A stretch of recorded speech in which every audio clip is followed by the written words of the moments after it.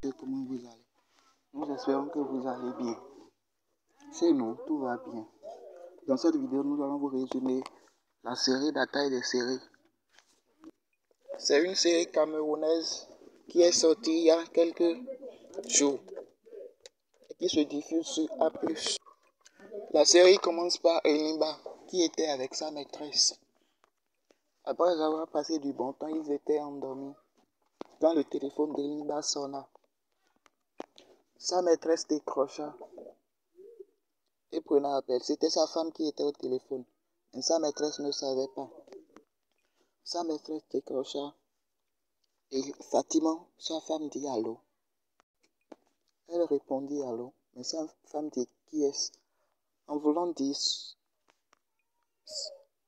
qui elle est, elle se coupe. Et sa femme demande est-ce qu'elle peut parler à son mari. C'est à ce moment-là que Eniba se réveilla et prenant le téléphone avec force et demande à sa maîtresse qu'est-ce qu'elle a pris. Elle s'est excusée. Eniba se réveilla et parta avec vitesse. De l'autre côté, Fatima était impatiente de voir son mari à l'anniversaire de sa fille. Mais celui-ci n'était pas là. Sa fille venait et dit pourquoi la cérémonie n'a pas encore commencé. Fatima dit à sa fille Capouel qu'ils attendent son père, qu'il ne va pas tarder à arriver. Mais le père, la sœur de son père dit qu'elle est là et que la cérémonie commence, qu'ils ont fait déjà attendre les invités trop longtemps. Alors il appelle Rebecca d'amener le gâteau pour qu'il coupe. C'est après la cérémonie que Elimba viendra à la maison. Sa femme le confronta, mais il a démenti que c'était pas la voix d'une femme, que c'était la voix de son chauffeur qui est enrhumé. Il appela le chauffeur pour preuve. Et le chauffeur a déjà fait comme si il était enrhumé. Et a transformé sa voix en une voix de femme, pour que Fatima soit rassurée. D'un autre côté, au bord de la mer, il y avait deux couples. La femme demande à l'homme pourquoi, depuis qu'ils sont fiancés, il n'a pas encore fixé leur date de mariage. Mais celui-ci lui répondit qu'il veut lui organiser une grande fête de mariage. C'est pour ça qu'il doit attendre d'abord. Que la cérémonie de mariage doit être quelque chose qui n'a jamais été lieu. La femme rassurée dit que son ex va regretter d'avoir perdu et qu'elle va montrer à son ex qu'il n'est pas le seul homme de la ville. Mais son petit ami lui posa la question, est-ce qu'elle veut se marier par amour ou par vengeance? La femme lui répondit que c'est par amour, mais c'est aussi par vengeance. De l'autre côté, il y a un homme politique qui voulait sortir de la maison. Et sa femme était en train de suivre l'émission. Sa femme et sa soeur étaient en train de suivre l'émission dans un télé. L'information était qu'ils allaient nommer quelqu'un à la tête de leur parti socialiste.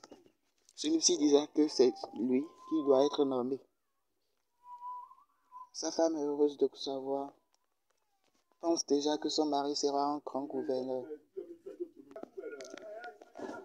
La soeur de sa femme est très contente et dit qu'il sera la famille d'un gouverneur de la ville. Juste après ça, la cérémonie de la désignation de la personne qui restera à la tête du parti socialiste commença. Et ils ont annoncé la personne qui sera à la tête de la parti socialiste, qui a été votée par la majorité absolue de 113 personnes, de 113 voix. Et cette personne était Eniba. On voit que le public applaudit, tout le monde applaudit. Mais il y a quelqu'un qui n'était pas content parce qu'il croit qu'ils ont fait une fausse élection. Il pense que C'est pas Eliba qui doit être élu, mais pourtant lui. Arrivé à la maison, sa femme était devant une bouteille de vin, en train de l'attendre. Il vient à la maison, mais leur annonça la mauvaise nouvelle, qu'il ne sera pas gouverneur, mais qu'il ne va pas les laisser faire, qu'il va mener la bataille jusqu'au bout. J'ai oublié de vous rappeler que la meilleure amie de Capwell voulait aller à l'anniversaire de son ami, mais son père a refusé parce qu'ils ne sont pas du même parti socialiste. Ensuite, le grand frère de Capwell rejoint Capwell au salon et lui demande pourquoi elle n'a pas encore essayé de savoir ce qu'il y a dans ses cadeaux. Capwell lui disait d'emmener tous les cadeaux car ces cadeaux n'ont aucune valeur car son papa n'a pas été là le jour de son anniversaire. Donc elle est fâchée. Mais son frère a insisté, a ouvert le premier cadeau et a trouvé une jolie robe et le montra. Elle a aussi ouvert le deuxième et c'était le cadeau de son papa. Il lui a envoyé un message avec des bottes. Elle était contente, mais elle est toujours fâchée contre son papa, d'après ce qu'elle a dit. De l'autre côté, Fatima et sa famille étaient en train de fêter la bonne nouvelle quand elle essaya de joindre son mari, mais en vain. Son mari était avec une autre. Cette autre était la présidente de la partie socialiste. C'est elle qui a usé de toutes ses forces pour que Elimba soit élu à la tête. Celle-ci lui promet qu'il sera gouverneur et qu'elle va user de tous les pouvoirs pour qu'il soit gouverneur. Maintenant qu'ils vont passer à autre chose. C'est là qu'ils sont allés au lit et ils sont en train de coucher ensemble quand Fatima appela. Mais la présidente lui dit de laisser l'appel et de prendre soin d'elle. Elimba lui dit qu'il n'y a pas de problème. Si vous n'êtes pas toujours abonné, abonnez-vous, aimez la publication, partagez et commentez. Alors si vous avez regardé la vidéo jusqu'à la fin, dites-nous ce que vous pensez en commentaire et dites si vous avez aimé la